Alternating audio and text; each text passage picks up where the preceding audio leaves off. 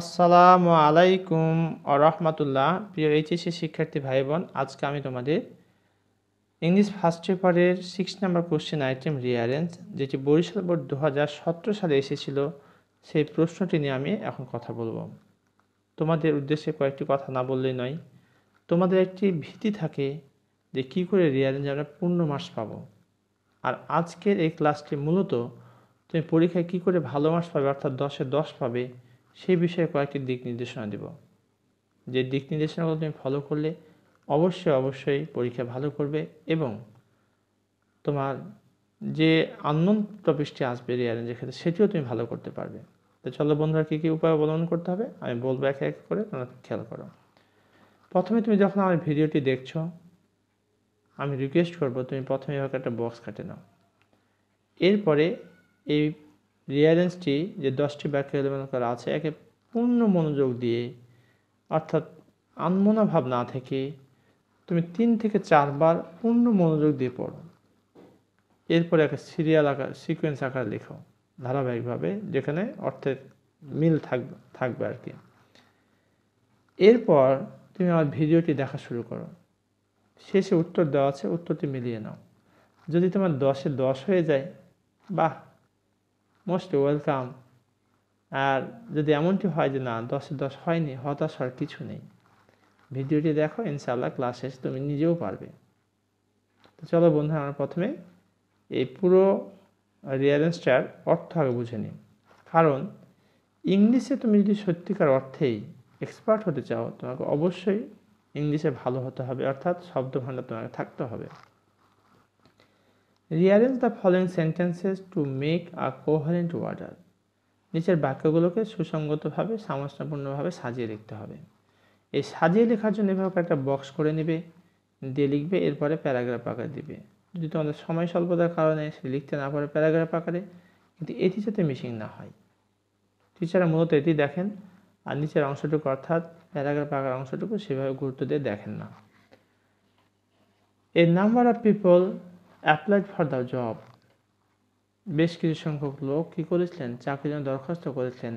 Once there lived a sultan in a country. একদা এক সুলতান কী করতেন, এক দেশে বসবাস করতেন।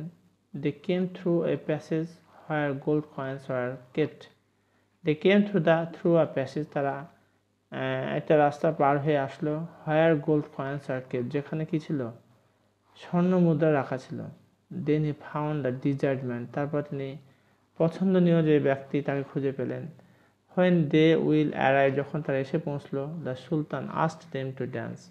সুলতান তাদেরকে কী করতে বললেন, নাচতে বললেন। He wanted to appoint an honest man as his tax collector. He wanted to appoint an honest man, তিনি একজন সৎ লোক নিয়োগ দিতে চেয়েছিলেন। অ্যাজ হিজ ট্যাক্স কালেক্টর, তার যে খাজনা আদায়, এই জন্য তিনি একজন সৎ অফিসার নিয়োগ দিতে চেয়েছিলেন। All the applicants blast and refused except one. সবাই মন স্থির করলো যে তারা নাচবে, কিন্তু একজন ছাড়া কিন্তু সবাই নাচা শুরু করলো। একজন ছাড়া সবাই কিন্তু এটাকে দেখো।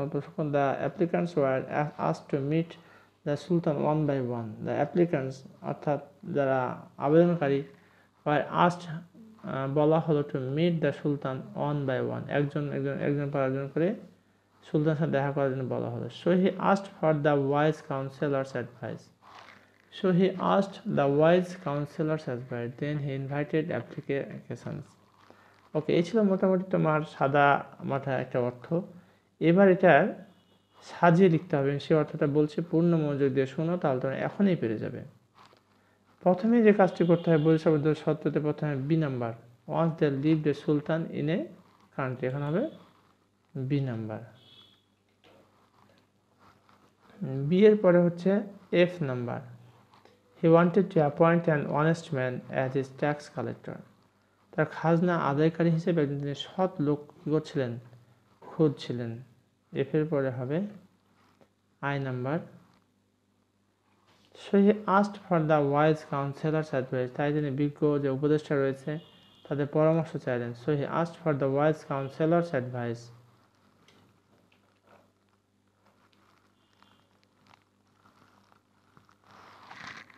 এরপরে যে number, then he invited application, তারপর তিনি দরখাস্ত আহ্বান করলেন।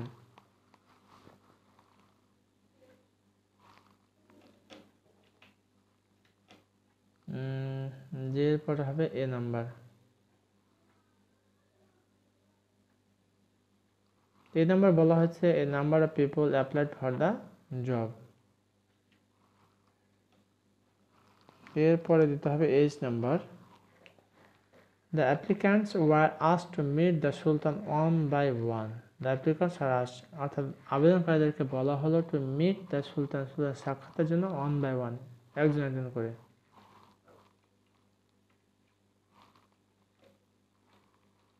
এইচ এর পরে হবে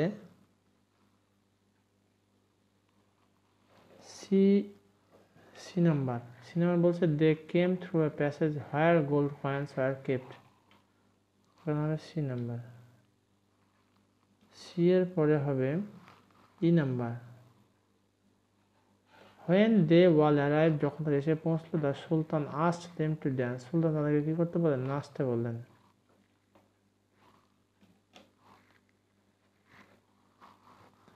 জি number. all the applicants blushed and refused except one, একজন ছাড়া সবাই কিন্তু কি করলো? নাচতে অসম্মতি জানানো, এখন হবে জি নাম্বার। তারপর D number, then he found the desired man, তারপর তিনি খুঁজে পেলেন সৎলোক। এই ছিল আমাদের মোটামুটি ভাবে সাদা মেটার অর্থ। এখন এটাকে আমরা পুনরায় একটু যে সাজিয়ে লিখলাম সে বিষয়ে বলি। প্রথমে বি নাম্বার দিতে হবে, অর্থাৎ one there lived a sultan in a country, একদা একটা দেশে সুলতান নাম কি করতো? বসবাস করতো, এক সুলতান বসবাস করতো। এরপর F number, he wanted to appoint an honest man as his tax collector, তার খাজনা আদায়কারী হিসেবে একজন ট্যাক্স কালেক্টর তিনি নিয়োগ দিতে চেয়েছিলেন।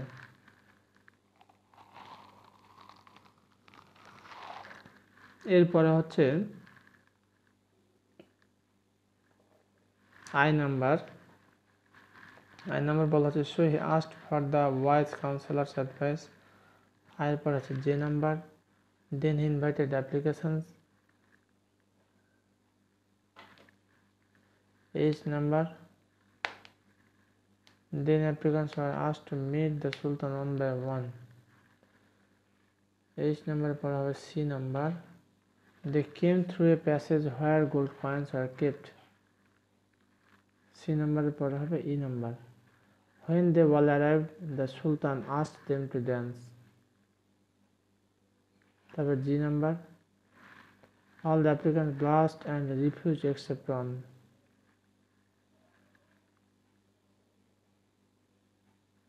D number, then he found the desired man. প্রিয় শিক্ষার্থী ভাই বোন, এতক্ষণ পর্যন্ত আমরা বরিশাল বোর্ড 2017 সালের এই প্রশ্নটি নিয়ে কথা বলেছি। আশা করছি তোমাদের ভিডিওটি কিছুটা হলেও উপকার আসবে। আর সর্বশেষ তোমাদের কোনো প্রশ্ন বা জিজ্ঞাসা থাকলে কমেন্ট করে জানিয়ে দাও। ইনশাআল্লাহ I will try my best to provide your comment reply. Thank you very much for watching this video. আসসালামু আলাইকুম ওয়া রাহমাতুল্লাহ।